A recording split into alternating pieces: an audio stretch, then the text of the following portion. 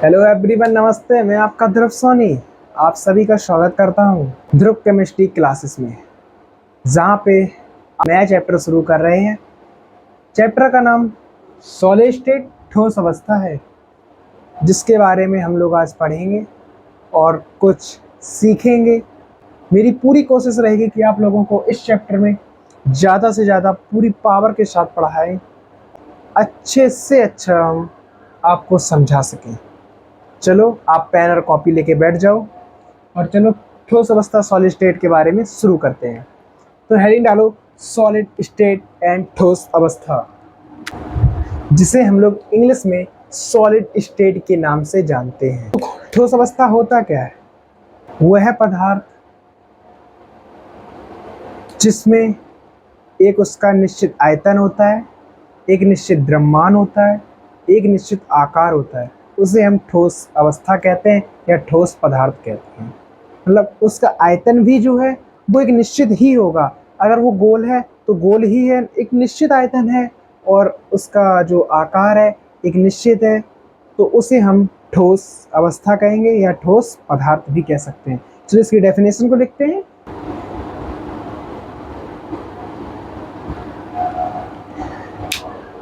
पदार्थ की वह मात्रा जिसमें उस पदार्थ का एक निश्चित आकार व आयतन होता है, ठोस अवस्था कहलाता है। समझ गए? ठोस अवस्था क्या है? समझ में आ गया? अब ये कितने प्रकार का होता है हम इसके बारे में पढ़ते हैं। क्रिस्टलीय ठोस और अक्रिस्टलीय ठोस क्या है? तो सबसे पहले हम हेडिंग डालते हैं, क्रिस्टलीय ठोस को समझते हैं, फिर उसके बाद अक्रिस्टलीय ठोस के बारे में हम समझेंगे। ठोसों के प्रकार, ये दो प्रकार के होते हैं। नंबर एक क्रिस्टलीय ठोस, नंबर दो अक्रिस्टलीय ठोस। ये दो प्रकार के होते हैं, क्रिस्टलीय और अक्रिस्टलीय। अब हम समझते हैं क्रिस्टलीय ठोस क्या होता है और अक्रिस्टलीय ठोस क्या होता है। तो सबसे पहले हम हेडिंग डालते हैं क्रिस्टलीय ठोस।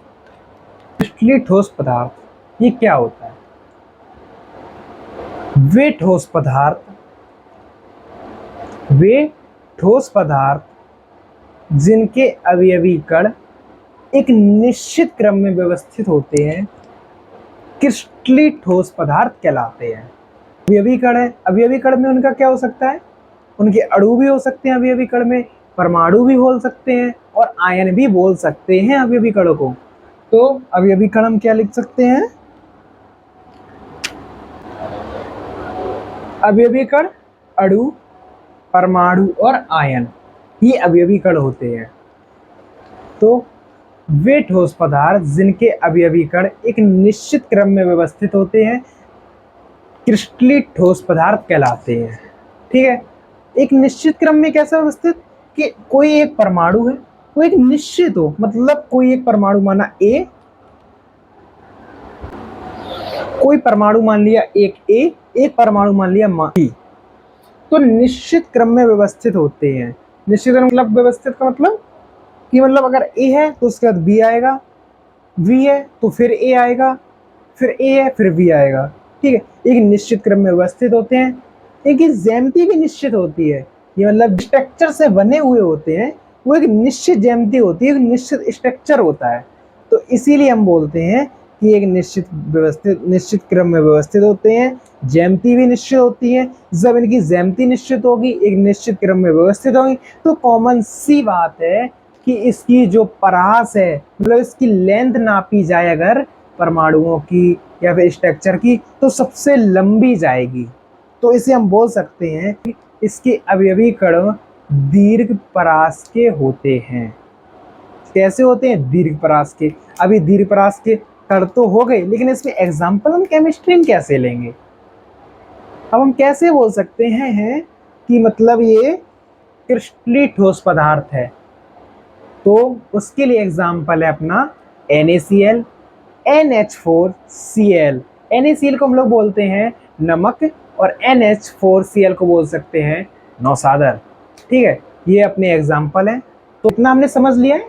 अब इसके हम लिखेंगे परिभाषा। इसके अंदर क्या लिखना है और कैसे लिखना है ये हम बता रहे हैं। आप लोग कॉपी ले लो और एक पेन ले लो, अच्छे से अच्छे नोट्स बनाओ, जिससे कि आप लोग आगे जब पेपर आए, आपके एग्जाम आए, तो उनमें उन दिनों आप रिवीजन कर पाओ। ठीक है, तो चलो हम लिखते हैं क्रिस्टलीय ठोस पदार्थ की परिभाषा। ये इसके बारे में है, क्रिस्टलीय ठोस पदार्थ के बारे में। क्या होता है? वे ठोस पदार्थ जिनके अवयवी कण एक निश्चित क्रम में व्यवस्थित होते हैं, उन्हें क्रिस्टलीय ठोस पदार्थ कहते हैं। एग्जाम्पल में NaCl, NH4Cl आदि। इसके कुछ नोट हैं, इसमें नोट में लिखना है। इसकी ज्यामिति निश्चित होती है, हमने बताया है। ज्यामिति मतलब स्ट्रक्चर, उसकी ज्यामिति निश्चित होती है। इसका गलनांक निश्चित होता है, मतलब ये गलनांक है जो इसमें मतलब बॉइलिंग पॉइंट, मेल्टिंग पॉइंट जो है वो एक निश्चित होते हैं कि मतलब ये इतने ताप पर ही, इतने टेम्परेचर पे ही गर्म होंगे, इतने टेम्परेचर पे ही लिक्विड होंगे, इतने टेम्परेचर पे ही सॉलिड होंगे, इतने टेम्परेचर पे ही आप गैस बना पाएंगे। ठीक है, तो इसका एक निश्चित होता है सब कुछ, इसका गलनांक निश्चित होता है। इस अवयवी कण का परास दीर्घ होता है। दीर्घ का मतलब बड़ा, मतलब एक व्यवस्थित क्रम में होते हैं। तो इसका जो मतलब जाने का रास्ता है, परमाणु जा रहे हैं, एक बॉन्ड बना के बैठे हैं, तो जो बॉन्ड बनाने की क्रिया है परमाणु में, वो एक दीर्घ परास होती है, मतलब बहुत दूर तक चले जाते हैं, जो कि आकृष्टलीय में नहीं होता है। क्यों नहीं होता है? अवयवी कण है वो एक निश्चित क्रम में व्यवस्थित नहीं होते हैं। इसमें क्या, एक निश्चित क्रम में व्यवस्थित होते हैं, जिनके जो परमाणु वो एक लंबी श्रृंखला बनाते हुए चले जा रहे हैं। तो लंबी श्रृंखला वो कब बनेगी? जब उनके अवयवी कण एक निश्चित क्रम में व्यवस्थित होंगे। तो इसीलिए लिखा गया है कि परास दीर्घ होता है। ठीक है, ये विषमदैशिक होते हैं। अब वो लोग विषमदैशिक क्या होता है, इसकी हम डेरिवेशन आगे समय में बताऊंगा ये क्या चीज होती है। ठीक है, आप इतना नोट कर लो पहले क्रिस्टलीय ठोस के बारे में। चलो, ये क्या होता है अक्रिस्टलीय ठोस पदार्थ, आप इसको भी समझते हैं। तो अक्रिस्टलीय ठोस पदार्थ क्या होता है? ठोस पदार्थ जिनके अवयवी कण एक निश्चित क्रम में व्यवस्थित नहीं होते हैं, मतलब व्यवस्थित नहीं होते हैं, उन्हीं को तो हम बोलते हैं अक्रिस्टलीय ठोस पदार्थ। और जो एक निश्चित क्रम में व्यवस्थित होते हैं उनको हम बोलते हैं क्रिस्टलीय ठोस पदार्थ। तो इसमें क्या है, जब अक्रिस्टलीय ठोस पदार्थ है तो उनके अवयवी कण एक निश्चित क्रम में व्यवस्थित नहीं होंगे। जब अवयवी कण एक निश्चित क्रम में व्यवस्थित नहीं होंगे तो उनके जो परास बनेगा वह लघु बनेगा। परास जो होगा वो लघु बनेगा। क्यों? अवयवी कण ही निश्चित क्रम में व्यवस्थित नहीं है।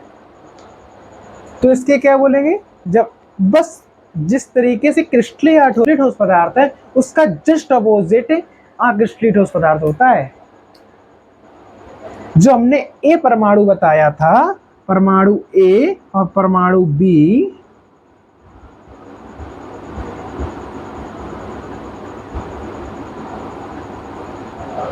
वो तो जो बताया था वो एक के बाद ए आ रहा था, ए के बाद बी, बी के बाद ए, बी के बाद ए के बाद बी।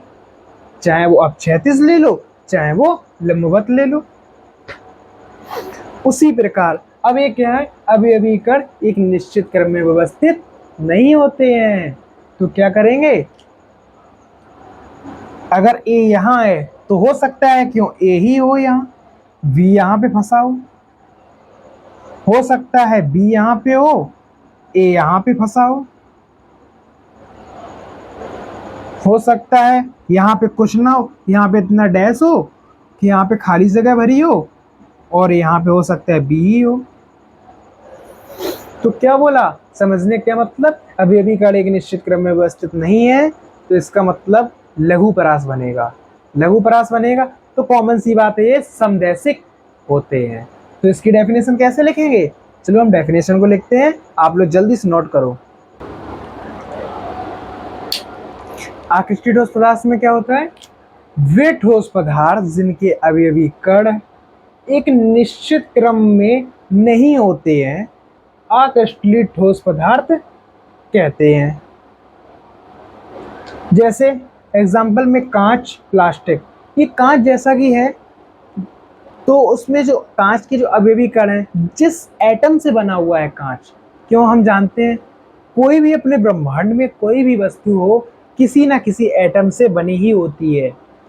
एटम एंड एटम को हम किस में बोल रहे हैं केमिस्ट्री में, ऐसा नहीं है एटम को आप बोल रहे प्लास्टिक में, कांच को हम कांच में मतलब बनाई है, प्लास्टिक में बोतल है तो उसको हम प्लास्टिक में बना है, वो एटम नहीं बोल रहा हूँ मैं बोलना चाह रहा हूँ केमिस्ट्री में एटम में बनी होती है। एटम मतलब परमाणुओं से, अणुओं से मिलकर बनी होती है, परमाणुओं से मिलकर बनी होती है, उसी को हम बोल रहे हैं एटम यहाँ पे। ठीक है, एटम जैसे हमने मान लिया प्लास्टिक, तो प्लास्टिक एटमों से मिलकर बनी है, परमाणुओं से मिलकर बनी है, तो जो परमाणु है वो एक निश्चित क्रम में व्यवस्थित नहीं है प्लास्टिक में, तो इसीलिए तो इसे एग्जाम्पल में आकृष्टित ठोस में रखा गया है। जैसे कि हमने NaCl को लिया था तो Na ये था और Cl ये था, Na ये था और Cl ये था, मतलब एक निश्चित क्रम में Na के बाद Cl ही आना है, Na के बाद Cl ही आना है, Cl के बाद Na ही आना है, Cl के बाद Na ही आना है। ठीक है, से मतलब जो प्लास्टिक है उसे कोई निश्चित क्रम नहीं है। हो सकता है कि एक अणु यहाँ पे हो, ए एटम,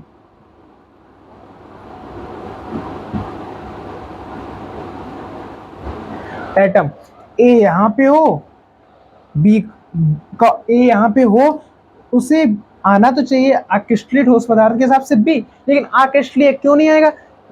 लेकिन अक्रिस्टलीय इसलिए नहीं आया, हो सकता है ए ही यहाँ हो, बी यहाँ पे फंसा हुआ हो सकता है ए यहाँ पे घूम रहा हो, बी यहाँ पे घूम रहा हो, मतलब एक क्रिस्टलीय मतलब कोई इनका एटम का अभी भी कणों में क्या आता है? अणु, परमाणु और आयन, एक निश्चित क्रम नहीं होता है, इसीलिए हम इसे कहते हैं अक्रिस्टलीय ठोस पदार्थ। ये हम जान चुके हैं क्या होता है। इसकी ज्यामिति निश्चित नहीं होती है, ज्यामिति स्ट्रक्चर निश्चित नहीं होता है। स्ट्रक्चर जैसे निश्चित क्यों नहीं होता है? जब हमारे परमाणु ही नहीं है, अभी भी कण ही व्यवस्थित नहीं है, तो कहाँ से होगा स्ट्रक्चर? गलनांक भी निश्चित नहीं होता है।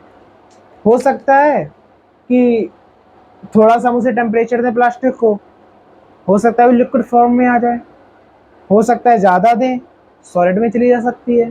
उसका कोई कॉन्सेप्ट नहीं है कि इतने पे यही होगा। इस अवयवी कण का परास लघु होता है। अवयवी कण का परास लघु क्यों होता है? परास का मतलब क्या होता है? दूरी। परास, परास हम मैं बोल रहा हूं, परास का मतलब समझते हो क्या होता है? कोई एटम ये है, एक ये है, ये वो है, ये माना ये एटम है, क्रिस्टलीय ठोस का स्ट्रक्चर है। ठीक है, A B A B A B A, ठीक है, क्रिस्टलीय ठोस का स्ट्रक्चर है। तो ये परास मतलब जाने की दूरी है, मतलब ये कितनी दूरी में फैला हुआ है। माना यहाँ पे एक पॉइंट है, एक यहाँ पॉइंट है, तो इसका हम अगर इसका लेंथ लेंगे, नापेंगे, तो एक कुछ ना कुछ तो दूरी होगी। अगर ये बीच में कहीं ब्रेक हो रहा है, मतलब अब ये सोचो, अब ये तो चिपका है क्योंकि क्रिस्टली का है, अब ये बिल्कुल व्यवस्थित है। अब ये व्यवस्थित ना हो, अगर यहाँ पे आ जाए बी, तो ये जो गैप बच रहा है यहीं से ब्रेक हो जाएगा। जब ब्रेक हो जाए तो इतने इतने हिस्सों में बट जाएगा, जब इतने इतने हिस्सों में बट जाएगा तो लघु परास कहाँ से हो? लघु परास हुए होती है जो स्टार्टिंग से शुरू हो और लास्ट तक जाने के लिए जो उसकी लेंथ होती है, उसी को हम बोलते हैं परास। अब इसका परास क्या हुआ? इसका ये परास हुआ, ये है डी, व्यास इसका ये है। अब यही लघु परास का हो, मतलब लघु परास आकृष्टली का हो, तो इसमें हम लेंथ कहाँ से ले लेंगे आप बताइए? यहाँ से लिए, यहाँ पे कब ब्रेक हो, ब्रेक हुआ तो ए ही आइटम बचा है, ए आइटम का क्या हम ले लेंगे? उसके अकॉर्डिंग ये तो बड़ा है, तो इसीलिए तिलो हमने बोला ये दीर्घ परास होता है, ये लघु परास होता है। समझ में आ गया? चलो अगला टॉपिक करते हैं। बोर्ड में क्वेश्चन आता है बच्चों कि क्रिस्टलीय ठोस और अक्रिस्टलीय ठोस में अंतर क्या है? अंतर स्पष्ट करो। 2 नंबर क्वेश्चन आता है बहुत, इस टॉपिक से लमसम 8 या 10 नंबर के क्वेश्चन आते हैं, 10 नंबर के लमसम। तो सबसे पहला क्वेश्चन यही होता है क्रिस्टलीय और अक्रिस्टलीय ठोस। तो मैंने बताया जैसे कि क्रिस्टलीय ठोस ये 4 उसमें बताए थे, अक्रिस्टलीय ठोस में भी बताया है, तो आप यही अंतर लिख सकते हो क्रिस्टलीय और अक्रिस्टलीय ठोस में। ठीक है, उसके लिए आप अपनी कॉपी में अलग लिख लो या फिर मैं लिख दे रहा हूँ। ठीक है, क्रिस्टलीय और अक्रिस्टलीय ठोस में अंतर हेडिंग डालो।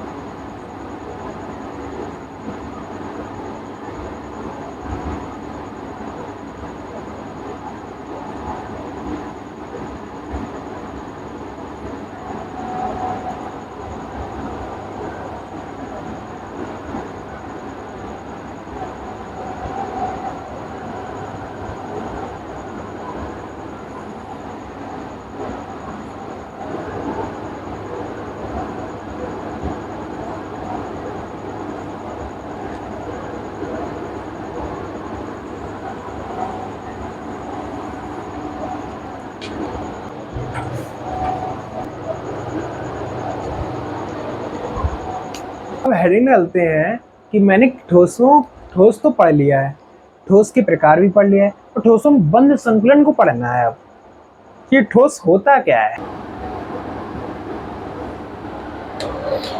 ठोसों में बंद संकुलन को पढ़ते हैं। ठोसों में बंद संकुलन उसमें व्यवस्थित अवयवी कणों की त्रिविमी एक एवं निश्चित व्यवस्था को बंद संकुलन कहते हैं। ये दो प्रकार के होते हैं, number 1 2D, number 2 3D। 2D क्या होता है? द्विविमी बंद संकुलन, और 3D क्या होता है? त्रिविमी बंद संकुलन। इसमें भी टैप्स होते हैं, जैसे कि 2D के 3 टैप्स होते हैं, 2D के 2 टैप्स होते हैं। तो हम लिखते हैं 2D और 3D। वर्ग बंद संकुलन जिसे हम बोल सकते हैं SCP, simple cubic close packing. SCP hexagonal close packing, जिसे हम बोल सकते हैं षष्ठकोणीय वर्ग संकुलन। तो हम लिखते हैं ये क्या होता है, कितने टैप्स के होते हैं। चलो,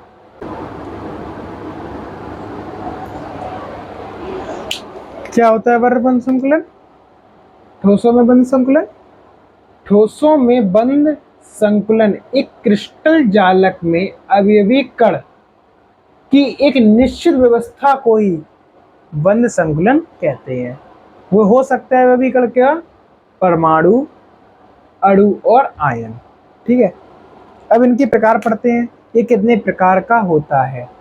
तो बंद संकुलन कितने प्रकार का होता है? बंद संकुलन 2 टाइप्स का होता है, and 2 types, number 1 2D, number 2 3D। तो 2D और 3D, अब इन दो मतलब जो है इन दोनों को 2D और 3D में डिवाइड करते हैं, फिर 2D और 3D में जो आते हैं उनको भी डिवाइड करते हैं। ठीक है, तो इससे एक चार्ट बनेगा, देखते हैं।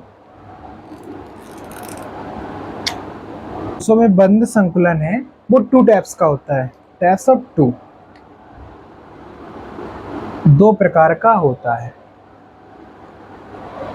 नंबर 1 द्विविमी बंद संकुलन जिसे हम बोलते हैं 2D, त्रिविमी बंद संकुलन जिसे हम बोलते हैं 3D। अब ये जो द्विविमी बंद संकुलन है ये 2 टाइप का होता है, वर्ग बंद संकुलन और षष्ठकोणीय बंद संकुलन। त्रिविमी बंद संकुलन भी 2 टाइप का होता है, षष्ठकोणीय बंद संकुलन और घनी बंद संकुलन। तो अब हम 2D को पहले समझते हैं और 3D को बाद में समझते हैं, ये क्या होता है, ये कैसे बनता है। ठीक है, तो हम सबसे पहले वर्ग बंद संकुलन को समझेंगे 2D के अंदर। तो चलो आप लोग इतना लिख लो पहले, फिर करते हैं।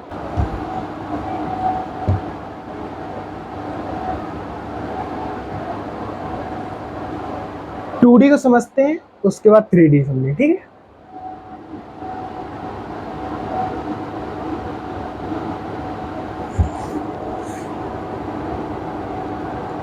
वर्ग बंद संकुलन जैसे कि हम समझ रहे हैं 2D के अंदर आ रहा है, तो 2D के अंदर क्या है? द्विविमी, द्विविमी हम हिंदी में बोलेंगे और इंग्लिश में बोल देंगे 2D। तो क्या करते हैं, तो इसमें हम समझते हैं कि द्विविमी समतल में, समतल वाले एक परत में, मतलब जैसे हम बोल सकते हैं समतल को एक फर्श में, द्विविमी समतल में, द्विविमी समतल में गोलाकार परमाणु इस प्रकार व्यवस्थित होते हैं कि द्विविमी समतल में गोलाकार परमाणु इस प्रकार व्यवस्थित होते हैं कि उनके प्रत्येक गोले को अन्य 4 परमाणु या अन्य 4 गोले स्पर्श करें। तो इस प्रकार से बनने वाला स्ट्रक्चर या क्यू को वर्ग बंद संकुलन कहते हैं। नहीं समझ में आया? जैसे मैंने क्या बोला कि द्विविमी समतल में हम 2D पढ़ रहे हैं, तो द्विविमी कॉमन सी बात है, 3D पढ़ेंगे तो त्रिविमी समतल आएगा। तो द्विविमी समतल में गोलाकार परमाणु इस प्रकार व्यवस्थित होता है कि प्रत्येक गोले को अन्य 4 परमाणु या गोला आपस में स्पर्श करें। तो इस प्रकार से बनने वाला क्यू या वर्ग या स्क्वायर को ही वर्गबंध संकुलन कहते हैं। जैसे कि एक ये है, द्विविमीय समतल में गोलाकार परमाणु स्पर्श कब करेंगे चार? जब उनका एक दीर्घ परास हो। दीर्घ परास हो तो देखो एक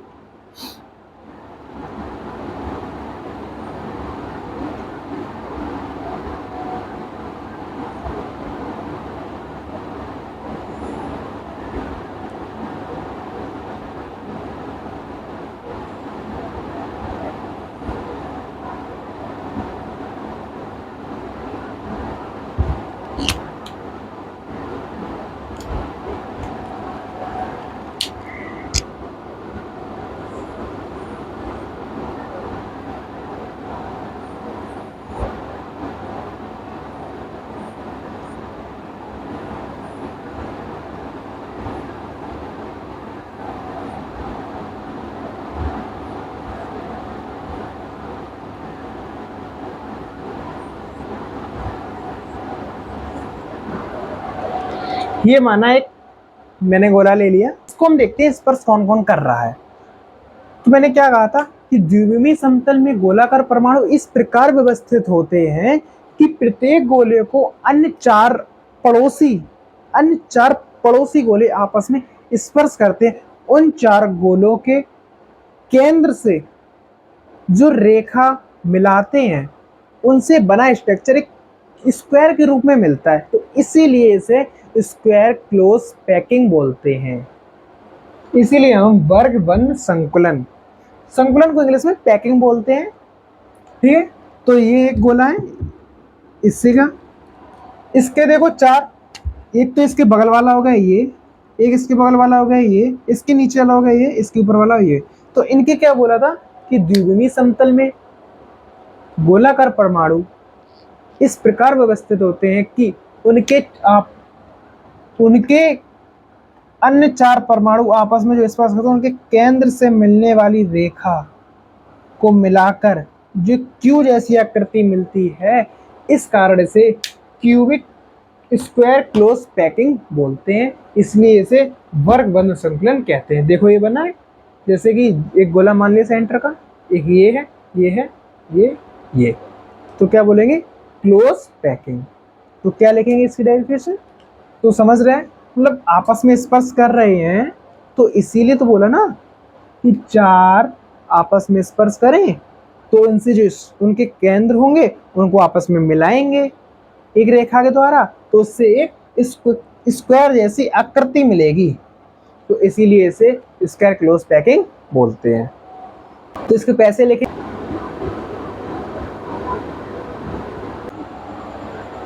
वर्गबंध संकुलन। द्विविमीय समतल में गोलाकार इस प्रकार व्यवस्थित रहते हैं कि प्रत्येक गोले को अन्य चार परमाणु आपस में स्पर्श करते हैं। इन चार गोलों के केंद्र को मिलाने पर एक वर्गबंध संकुलन कहते हैं। मिलाने पर एक वर्गबंध संकुलन बनता है, मिलने पर एक वर्गबंध संकुलन बनता है कहते हैं। इस प्रकार के संकुलन में प्रत्येक गोले की समन्वय संख्या 4 व संकुलन क्षमता 52.4 होती है। मतलब समन्वय संख्या 4 का मतलब क्या होता है? अब हम आगे बताएंगे समन्वय संख्या 4 क्या होता है, लेकिन अभी हम यहाँ पे कॉमन थोड़ा सा बता सकते हैं कि प्रत्येक गोला है उसके अन्य पड़ोसी गोलों की संख्या को, उसको कितने गोलों ने घेर रखा है, उन्हीं को हम बोलते हैं समन्वय संख्या। संकुलन क्षमता होती है गोले का जो अंदर जो बचता है खोखला भाग, उसको हम बोलते हैं संकुलन क्षमता। ठीक है, समन्वय संख्या समझ रहे हैं, संकुलन क्षमता भी समझ चुके हैं।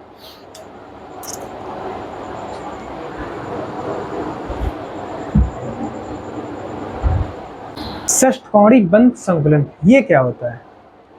द्विविमीय समतल में गोलाकार परमाणु इस प्रकार व्यवस्थित होते हैं कि प्रत्येक गोले को अन्य पड़ोसी जो गोले हैं वो 6 गोले स्पर्श करते हैं। इसी प्रकार वर्गबंध संकुलन में क्या था? 4 गोले मतलब स्पर्श करते थे, और इसमें क्या है? 6 गोले स्पर्श करेंगे। तो क्या करते हैं कि षष्ठकोणीय बंध संकुलन क्या है कि द्विविमीय समतल में गोलाकार परमाणु इस प्रकार से व्यवस्थित होता है कि उस गोले को अन्य 6 पड़ोसी गोले आपस में स्पर्श करते हैं।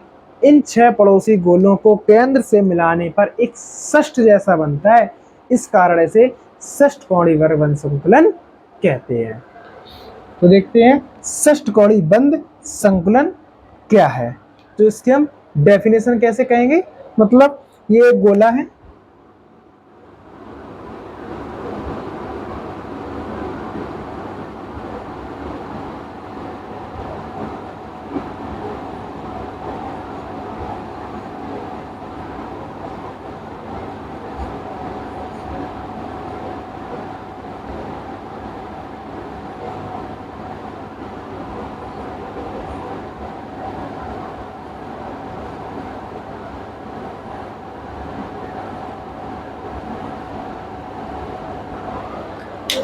ये हमारे षष्ठकोणीय के लिए ऐसा एक फिगर बनेगा जिससे हम समझते हैं ये माना एक ये गोला है, ये तो क्या है, द्विविमीय समतल में गोलाकार परमाणु इस प्रकार व्यवस्थित होते हैं कि प्रत्येक गोले को अन्य 6 पड़ोसी गोले आपस में स्पर्श करते हैं।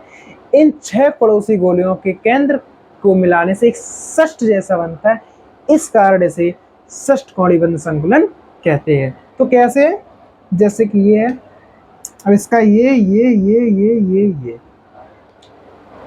1 2 3 4 5 6, तो इनका आराम से वर्ग मिलाओ।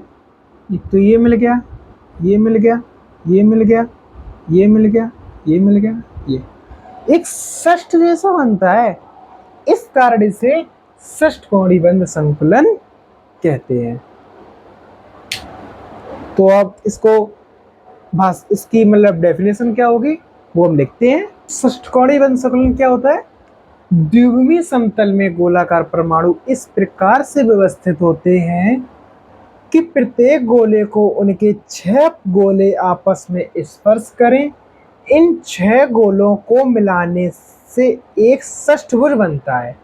तो इस प्रकार के संकुलन को षष्ठकोणीय बंध संकुलन कहते हैं। इसकी समन्वय संख्या 6 तथा संकुलन क्षमता 60.4 होती है। इसकी समन्वय संख्या 6 क्यों, क्योंकि इसके प्रत्येक गोला है जी, उसके अन्य पड़ोसी गोले की संख्या कितनी है, 6। तो कैसे करेंगे, 1 2 3 4 5 6, तो कितना हुआ समन्वय संख्या 6। और संकुलन क्षमता कैसे निकालेंगे, उसके लिए फॉर्मूला होता है, उसको हम बाद में ड्राइव करेंगे, ठीक है। तो संकुलन क्षमता इतना याद कर लो, तो ये क्वेश्चन आ जाते हैं उस ऑब्जेक्ट में कि इसकी संकुलन क्षमता कितनी है, इसकी समन्वय संख्या कितनी होती है। तो आपको याद करना पड़ेगा। ये करना क्या पड़ेगा, हम आपको ट्रिक बता देंगे, आप उससे ट्रिक से याद कर लें, ठीक है। तो इसको आप नोट कर लो। द्विविमीय बंध संकुलन 2D हमारा खत्म होता है। अब हम चलते हैं 3D की तरफ। 3D क्या होता है, 3D मतलब आपको लगे, इमेजिन हो कि हाँ ये तो रियली है, दिस इज ए रियल है, आप बोलो दिस इज ए रियली, तो आप कैसा फील करेंगे। इमोज 3D में इमेजिन करिएगा जैसे कि आप कोई वस्तु है, जैसे कि मैं हूँ, तो मैं तो 3D में हूँ, हाँ दिख रहा है कोई है, अब मैं यहाँ पे बना रहा हूँ कोई चीज। अगर मैंने अपना नाम लिखा ना चैनल का,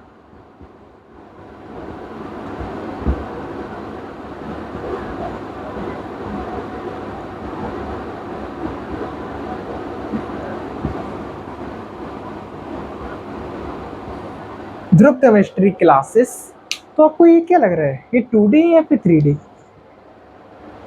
ये भाई ये 2D है, क्यों है, आपको लिखा है। 3D में आप वो चीज होती है उभर के बाहर आती है, मतलब आपको लगे कि उभर के बाहर आ रही है, उसे हम 3D बोलते हैं, जैसे कि मूवियों में दिखाया जाता है, ठीक है। तो 3D क्या हुआ, अपने आंखों से लगे, इमेजिन कर पाओ हाँ वो चीज है, उसे हम 3D बोलते हैं। उभरते हुए बाहर आए उसे हम बोलते हैं 3D। ये तो भाई 2D है। इम्पॉसिबल होता है कि अपने हाथों से 3D इमेज को बनाया जाए, वो सब कंप्यूटराइज पे बनाई जाती हैं, उससे हम देख सकते हैं हाँ ये 3D है। इम्पॉसिबल है भाई कि 3D पिक्चर को आप हाथों से बना पाए। अब चलते हैं 3D की तरफ। हमने भाई पढ़ा था कि 2 टाइप्स के होते हैं, त्रिविमी बंद संकुलन। नंबर 1 षष्ठकोणी। तो षष्ठकोणी में हम लोग पहले हेडिंग डालते हैं षष्ठकोणी। 3D में षष्ठकोणी बंद संकुलन पढ़ा है, लेकिन ये 3D में है। तो 3D में संकुलन कैसे होगा 3D में, कि त्रिविमी, अब क्या था पहले था द्विविमी, अब क्या है त्रिविमी। तो द्विविमी नहीं होगा, अब क्या होगा त्रिविमी। दोस्तों ध्यान रखना है इस बात का, ये हम पढ़ रहे हैं 3D में, अब ये द्विविमी नहीं हो सकता है, अब होगा त्रिविमी। तो इसी बात पे इस नॉलेज को लेने के लिए आप लाइक कर दो बस बटन, प्यारा सा बस, दिल में कुछ नहीं चाहिए बस। अरे हाथ जोड़ के बोला भाई, लाइक कर दो यार प्लीज, लाइक करो सब्सक्राइब करो। त्रिविमी, त्रिविमी समतल में गोलाकार परमाणु इस प्रकार से व्यवस्थित होते हैं कि मध्य वाला परमाणु या सेंट्रल का जो गोलाकार परमाणु है वो अन्य 6 पड़ोसी गोलों को स्पर्श करे तथा उनके केंद्र के मिलने से एक षष्ठभुज बने, तथा उन 6 परमाणुओं के 3 ऊपर गोलाकार परमाणु स्पर्श करें तथा 3 सेम उसी प्रकार से 3 नीचे गोलाकार परमाणु स्पर्श करें। तो इस तरीके से बनने वाली संरचना को ही षष्ठकोणी 3D संकुलन कहते हैं। जैसे ये मेरे 6 गोलाकार परमाणु हैं, ठीक है, ये मेरा एक 3 है, मतलब मैंने इस पे रखा है, आप लोग समझ में आ रहा है, ये मेरा सेंटर है, इसको 6 गोले परमाणु ने घेर लिया है, ठीक, उस पे उसी प्रकार 3, अगर लेफ्ट तरफ एक है एटम तो उसके 2 नीचे होंगे, तो उसी प्रकार नीचे भी लेफ्ट ही तरफ होना चाहिए, एक गोलाकार परमाणु और 2 नीचे होने। ये नहीं है एक लेफ्ट तरफ जा रहा है नीचे से और एक राइट तरफ जा रहा है नीचे से एक गोलाकार, तो उसी को बोलते हैं सेम कंडीशन। जैसे कि अभी हम एक स्ट्रक्चर की सहायता से समझेंगे।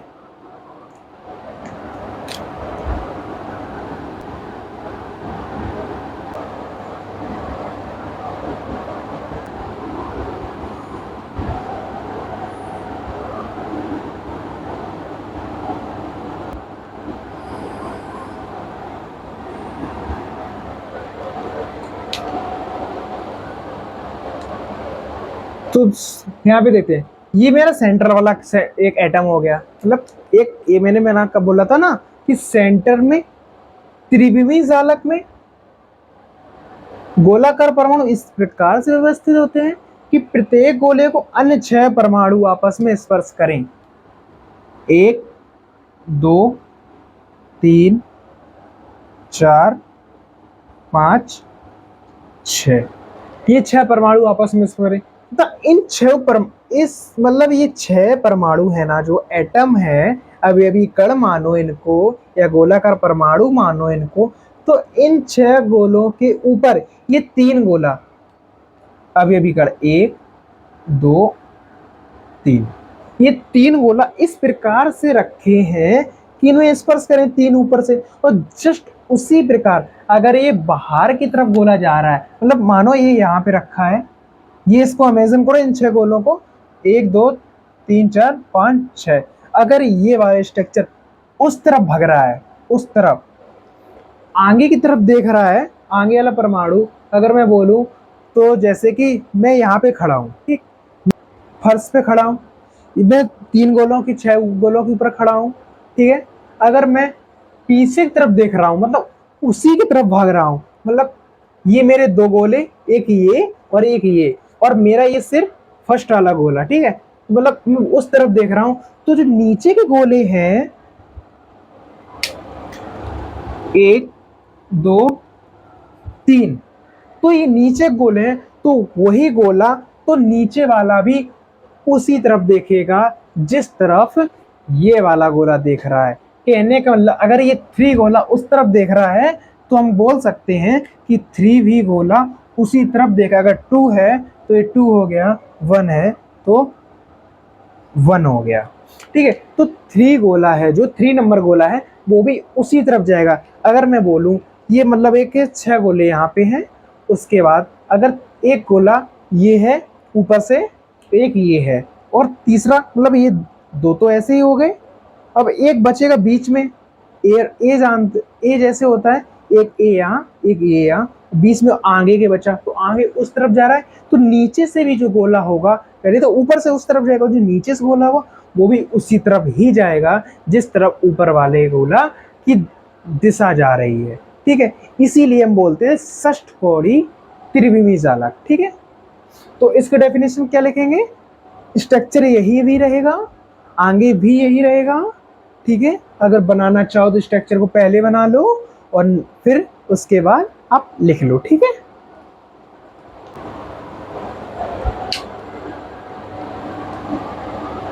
तो ये इसकी डेफिनेशन है, ये इसका फिगर है। जैसे कि हमने जान चुके हैं कि 3 गोले ऊपर उसी प्रकार रखे जाएंगे, 3 गोले ऊपर तथा 3 गोले नीचे उसी प्रकार रखे जाएंगे जिस प्रकार 3 गोले ऊपर व्यवस्थित किए गए हैं। तो इनके सेंट्रल एटम हो गया, इनके पड़ोसी एटम हो गए 1 2 3 4 5 6। उनमें संख्या कितनी हो जाएगी? कितनी हो जाएगी? 12। मतलब षष्ठकोणीय बंद संकुलन त्रिज्यक त्रिविमी जालक में संगठक कण इस प्रकार में रखे रहते हैं जिस पर, जब त्रिविमी जालक में संगठक कण इस प्रकार से रखे रहते हैं जिस पर से मध्य वाला गोलाकार परमाणु अपने अन्य पड़ोसी गोले को स्पर्श करता है, तो इन 6 गोलों के ऊपर 3 गोले तथा नीचे 3 गोले आते हैं। जिस पर ऊपर नीचे आए हैं तो इन सब गोलों के केंद्र को मिलाने पर एक त्रिविमी षष्ठभुज बनता है, तो इसे 3D त्रिविमी षष्ठकोणीय बंद संकुलन कहते हैं। ये इसका चित्र है, ये इसकी समझ में संख्या है। समझते हैं त्रिविमी समतल का घनीबंध संकुलन। घनीबंध संकुलन क्या होता है? घनीबंध संकुलन ये क्या होता है? त्रिविमी जालक में, त्रिविमी समतल में गोलाकार परमाणु इस प्रकार व्यवस्थित रहते हैं, मतलब त्रिविमी जालक में, मतलब 3D डायमेंशन में गोलाकार परमाणु इस प्रकार व्यवस्थित रहते हैं कि प्रत्येक गोले को उनके अन्य पड़ोसी 6 गोले आपस में स्पर्श करें तथा ऊपर 3 गोले आप स्पर्श करें तथा विपरीत दिशा में नीचे भी 3 गोले आपस करें। मतलब 6 गोले तो आपस कर ही रहे हैं, उनके सेंट्रल एटम को 6 गोले आपस में स्पर्श कर रहे हैं। 3 एटम ऊपर स्पर्श करें और 3 एटम विपरीत दिशा में, मतलब अगर वो सीधे उस तरफ रखे हैं दो, तो 2 गोले नीचे से इस तरफ रखे जाएं, तो विपरीत में रखे जाएं, तो इस प्रकार के इन सभी 12 केंद्रों को मिलाने से एक षष्ठभुज बनता है जिसे हम घनीबंध संकुलन कहते हैं। समझ में आया? स्ट्रक्चर की सहायता से समझते हैं, हम पूरी कोशिश करेंगे कि पूरा समझ में आए। ठीक है, तो अब समझते हैं। मैंने क्या बोला था? त्रिविमी जालक में, त्रिविमी समतल में गोलाकार परमाणु इस प्रकार से व्यवस्थित रहते हैं कि अन्य 6 समझते हैं। जैसे कि ये मैं हूं सेंट्रल में एटम, ठीक है, मेरे अन्य 6 पड़ोसी गोले हैं जो हमें स्पर्श कर रहे हैं। मेरे ऊपर 3 गोले हैं, अगर 2 गोले यहाँ पे हैं और एक गोला सामने उस तरफ है, तो नीचे से एक गोला जो उस तरफ था ऊपर, वो नीचे से एक गोला इस तरफ होना चाहिए और 2 गोले उस तरफ होना चाहिए। तो इसी को बोलते हैं घनीबंध संकुलन 3D। ठीक है, अब कैसे समझते हैं? ये गोला है, चलो इसे देखते हैं। ये मेरा फर्स्ट एटम है, 1 2 3 4 5 6। और 6 एटम ने इसे घेर रखा है, जैसे कि हम 2D से बताते आ रहे हैं, 2D से बताते हम आ रहे हैं कि इसे 6 आइटम ने घेर रखा है, 1 2 3 4 5 6। ओके, 2D में बताया। अब 3D में जो था षष्ठकोणी, वो कैसा था? वो था ऐसा। बताया था कि अगर मैं उस तरफ एक गोला रख रहा हूं ऊपर को, तो नीचे भी उसी तरफ रखेंगे एक गोले को, ठीक है? क्योंकि 3 रखा है, 2 इस तरफ आ जाएंगे और एक आगे आ जाएगा, तो हमने उस तरफ रख दिया। किसमें? षष्ठकोणी में।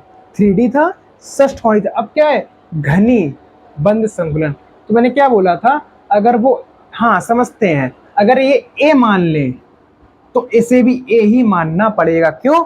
ए और ए सेम होना चाहिए। ओके, इस लेते हैं, चलो इसे जेड मान लेते हैं, इसे ए। तो इसका फॉर्मूला बनता है, ऊपर से चलते हैं, ऊपर से चलो या फिर नीचे से, इसका फॉर्मूला एक ही आएगा। ठीक, अगर मैं ऊपर से जा रहा हूं, नीचे से ऊपर जा रहा हूं, तो इसका फॉर्मूला बनेगा ए जेड ए। ठीक है, ए Z A, A Z A. और इसमें क्या था? इसमें था अगर 6 गोलों ने घेर तो लिया है, बट लेकिन ये एक गोला अगर बाहर है,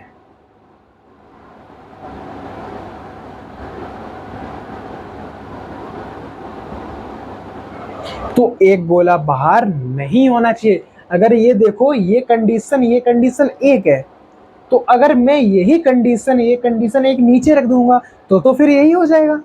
तो हम फिर क्या करते हैं? अगर एक कंडीशन बाहर की तरफ करते हैं तो एक कंडीशन अंदर की तरफ करते हैं।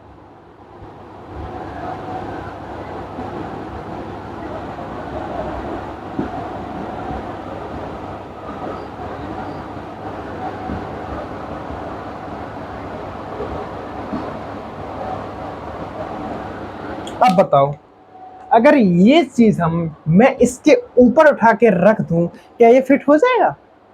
क्या इसको एक के ऊपर एक परत बन जाएगी इसकी? नहीं बनेगी। क्यों? क्योंकि ये गोला बाहर की तरफ जा रहा है, ये गोला आपकी तरफ जा रहा है, और ये गोला इसके तरफ, वहां से यहां की तरफ आ रहा है। कहने का मतलब ये है कि 6 गोलों ने घेर तो लिया है, बट एक गोला यहां जा रहा है और एक गोला यहां आ रहा है, तो ये नहीं होगा। ठीक है, तो इसमें क्या था? इसमें 6 गोलों ने घेर तो लिया है, लेकिन अगर एक गोला यहां जा रहा है ऊपर से, तो नीचे वाला भी गोला यहीं जा रहा है। ठीक है, अब इसमें हम फॉर्मूला क्या देंगे? इसमें हम देखो, ये फॉर्मूला नहीं है, मैं समझाने के तौर पे आप लोगों को बता रहा हूं कि ये फॉर्मूला से आप लोगों को याद हो जाएगा। याद ये ऐसे रहेगा कि मैंने ए जेड ए कर लिया, मतलब बी जेड बी कर लिया, मतलब कुछ भी आप समझो। मेरे हिसाब से ए सबसे सरल लग रहा था अल्फाबेट में, इसलिए मैंने ए बोल दिया और जेड बोल दिया, सबसे पहला अच्छा, सबसे लास्ट का अच्छा। ठीक है, तो मुझे ये सही लगा, तो मैंने ये बोल दिया। आप अपना कुछ भी कर सकते हो, बट ये सबसे ऊपर वाला फर्स्ट और थर्ड नंबर सेम होना चाहिए। किसमें? षष्ठकोणी में।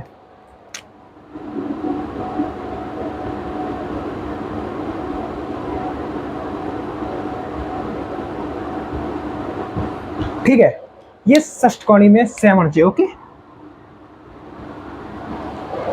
व्हाट है, अगर मैं यहाँ पे, चलो ठीक है, ये मैंने उठा के यहाँ पे रखा, ये तो यार फिट हो रहा है, हो जाने दो, लेकिन मुझे चाहिए तो एक है ना, क्योंकि एक हमें इस तरफ करना है और एक तरफ हमें इस तरफ करना है। मतलब एक अगर ये आगे जा रहा है तो एक को हमें पीछे भी खेलना है। इसमें क्या था? अगर एक आगे जा रहा है तो नीचे वाला भी आगे जाने दो। ठीक है, इसमें क्या था? ये फिट कर दिया। ओके, ठीक है, ये फिट कहाँ हो रहा है? अगर मैं इसको ऐसे उठा के रखूं, इस पे भी रखूं, नहीं हो रहा यार भाई। तो इसका फॉर्मूला क्या बनेगा? ए जेड वी। ए अलग है, जेड अलग है, वी अलग है। मतलब जेड जेड तो इसका सेम ही है, लेकिन ए भी सेम है, बट मुझे चाहिए तो एक उल्टा था, तो इसका वी अलग हो गया।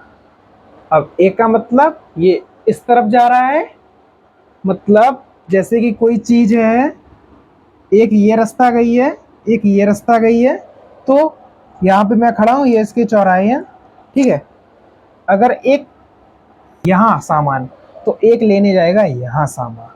उसमें क्या था, अगर ये रास्ता है तो अगर एक लेने जा रहा है तो पीछे से वो भी जा रहा है। इसमें नहीं है, इसमें क्यों है, इसमें घनीबंध संकुलन है। इसीलिए इन केंद्रों से मिलाने पर एक षष्ठकोणा मतलब घनीबंध संकुलन बनता है 3D में, इसलिए इसे 3D बंध संकुलन कहते हैं। समझ में आया? इसकी समन्वय संख्या कितनी, तो समन्वय संख्या तो बिल्कुल सेम ही होगी।